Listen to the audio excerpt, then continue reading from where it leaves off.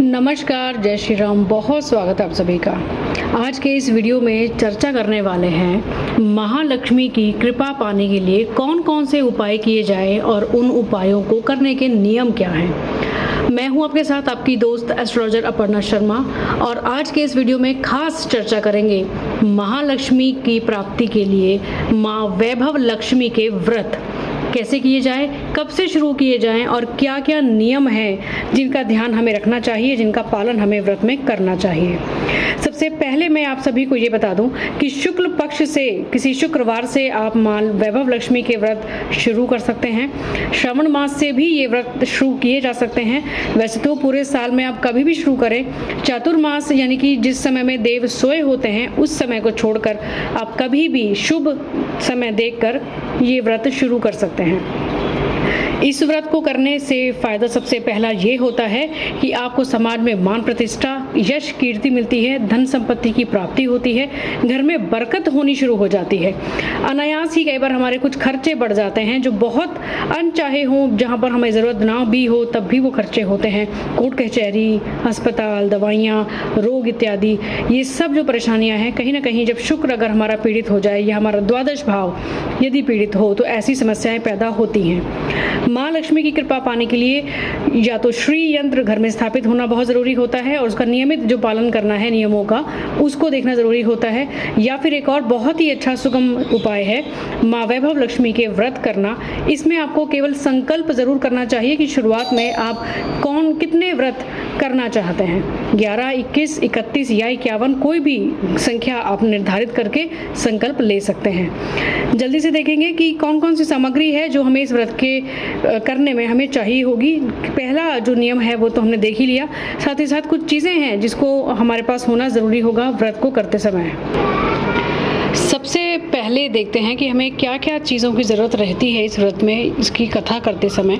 सबसे पहले जो सबसे मुख्य चीज़ है, सबसे इम्पॉर्टेंट चीज़ को सबसे पहले ध्यान दें, ये है तांबे का कलश जिसको चावल की ढेरी के ऊपर स्थापित किया गया है। इसके ऊपर एक स्टील की प्लेट रखी गई है जिसके ऊपर हमने पहले स्वस्तिक यानी कि सतिया बनाया, थोड़े अक्षत डाले और 2 ये है चांदी के सिक्के। इसमें आप कोई चांदी का या सोने का आभूषण रख सकते हैं, नहीं तो चांदी का हो या चांदी का सिक्का भी ना मिले, कोई आभूषण ना मिले तो आप जो नॉर्मल सिक्के होते हैं उनको भी रख सकते हैं, पूजा कर सकते हैं। साथ ही साथ यहाँ पर शुद्ध देसी घी का, ये गाय का घी है जिसका दीपक हम अभी जलाएंगे।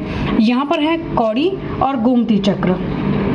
लक्ष्मी माँ का सबसे प्रिय यंत्र श्री यंत्र, ये स्फटिक का श्री यंत्र है। आपके पास किसी भी तरह का हो सकता है, वो धातु में भी हो सकता है, वो जो पत्र होते हैं उस पर भी बनाया गया हो सकता है। आप किसी जैसे इस तरह से जो पेंटिंग या फोटोग्राफ की तरह होते हैं इसको भी आप पूजा में प्रयोग कर सकते हैं। माँ लक्ष्मी की कोई भी फोटो या कोई मूर्ति वगैरह जो भी हो आपके पास उसका होना तो खैर आवश्यक होगा ही। साथ ही साथ में माँ की जो एक सबसे प्रिय और वस्तु है वो है कमल गट्टा। कोई भी माँ लक्ष्मी के जो यंत्र, मंत्र इत्यादि कुछ भी स्थापित होते हैं या मंत्रों का जाप किया जाता है तो उसमें कमल गट्टे का बहुत रोल रहता है। साथ में हमने भोग के लिए कुछ फल तो रखे ही हैं। यहाँ पर कोई भी वाइट या मिठाई हो, बताशा हो, खीर हो, कोई भी वाइट रंग की जो कोई भी चीज़ हो मीठी, उसको आप भोग में रखें। और ये है माँ वैभव लक्ष्मी की व्रत कथा की पुस्तक।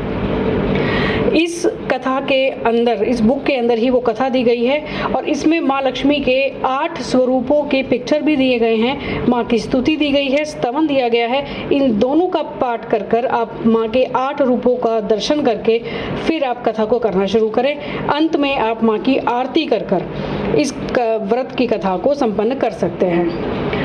ध्यान ये रखिएगा कि जब आरती करें तो उसमें घंटा या घंटी नहीं बजाई जाती। जैसे कि हम घर में नॉर्मली अपने घरों में भी घंटी बजाते हैं जब हम आरती करते हैं, लेकिन माँ लक्ष्मी की आरती में घंटी का प्रयोग नहीं होता है। उससे पहले अगर हो सके तो गंगा जल अपने घर के अंदर कोनों में ज़रूर छिड़क लें और माँ लक्ष्मी को प्रणाम करें। उनकी कोई भी स्तुति या कोई भी स्तवन वगैरह या कोई भी जो चालीसा आपके पास हो उसको कर कर आप ज़रूर अपने इस व्रत की शुरुआत कर सकते हैं। इस व्रत में आप अपने सेहत के अनुसार खाना पीना रखिए। कोई लोग फलाहार पर रहते हैं और कई लोग जिनकी ज़्यादा तबीयत खराब हो, कोई हेल्थ इश्यूज़ हों, तो वो दिन में शाम के समय एक बार तो खैर भोजन ले ही सकते हैं, लेकिन कोई अगर बीमार व्यक्ति है तो वो दिन में 2 बार भी भोजन ले सकते हैं। वैसे तो कोशिश ये करिएगा कि रात को एक ही बार आप थोड़ा सा भोजन लें। कई लोग इस व्रत को निराहार या कहा जाए तो केवल और केवल फलाहार पर ही या जो माँ को भोग लगाया है उसको लेकर ही इस व्रत को निभाते हैं। तो ये है वो सारी सामग्री जो कि माँ वैभव लक्ष्मी के व्रत में चाहिए होती है, और ये सभी वस्तुएं माँ लक्ष्मी की प्रिय वस्तु है।